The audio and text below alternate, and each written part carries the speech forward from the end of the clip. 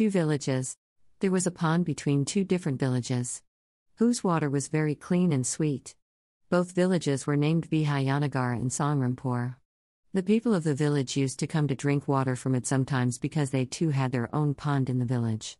Once in the summer, the ponds of those two villages dried up, but the pond in the middle of the village did not dry up. It was always full. In such a situation, the people of both villages started coming to fetch water from that pond. Due to this, one day there was a fight between the people of both the villages, and now both of them wanted to assert their right over the pond. The head of both the villages decided that they would decide it after a war. In such a situation, the two heads went to a monk and asked him, which one of them would win. Then the monk said that the people of Vijayanagar will win. On hearing this, the people of Songrampur became sad but still thought of fighting. The next day a fight ensued between the two.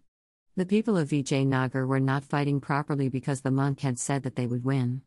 But the people of Songrampur were fighting with full force. The people of Songrampur won while fighting.